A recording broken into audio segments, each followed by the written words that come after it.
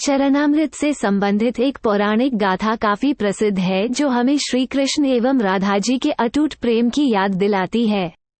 कहते हैं कि एक बार नंदलाल काफी बीमार पड़ गए। कोई दवा या जड़ी बूटी उन पर बेअसर साबित हो रही थी। तभी श्री कृष्ण ने स्वयं ही गोपियों से एक ऐसा उपाय करने को कहा जिसे सुन गोपियां दुविधा में पड़ गईं। दरअसल श्री कृष्ण ने गोपियों से उन्हें चरणामृत पिलाने को कहा। उनका मानना था कि उनके परम भक्त या फिर जो उनसे अति प्रेम करता है तथा उनकी चिंता करता है, यदि उसके पांव को धोने के लिए इस्तेमाल हुए जल को वे ग्रहण कर ले तो वे निश्चित ही ठीक हो जाएंगे।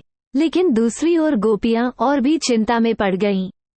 श्री कृष्ण उन सभी गोपियों के लिए बेहद महत्वपूर्ण थे। वे सभी उनकी परम भक्त थीं, लेकिन उन्हें इस उपाय के निष्फल होने की चिंता सता रही थी। उनके मन में बार बार यह आ रहा था कि यदि उनमें से किसी एक गोपी ने अपने पांव के इस्तेमाल से चरणामृत बना लिया और कृष्ण जी को पीने के लिए दिया तो वह परम भक्त का कार्य तो कर देगी, परंतु किन्हीं कारणों से कान्हा ठीक ना हुए तो उसे नर्क भोगना पड़ेगा। अब सभी गोपियां व्याकुल होकर श्री कृष्ण की ओर ताक रही थी और किसी अन्य उपाय के बारे में सोच ही रही थी कि वहां कृष्ण की प्रिय राधा आ गईं। अपने कृष्ण को इस हालत में देख के राधा के तो जैसे प्राण ही निकल गए हों। जब गोपियों ने कृष्ण द्वारा बताया गया उपाय राधा को बताया तो राधा ने एक क्षण भी व्यर्थ करना उचित न समझा और जल्द ही स्वयं के पांव धोकर चरणामृत तैयार कर श्री कृष्ण को पिलाने के लिए आगे बढ़ी। राधा जानती थी कि वे क्या कर रही हैं।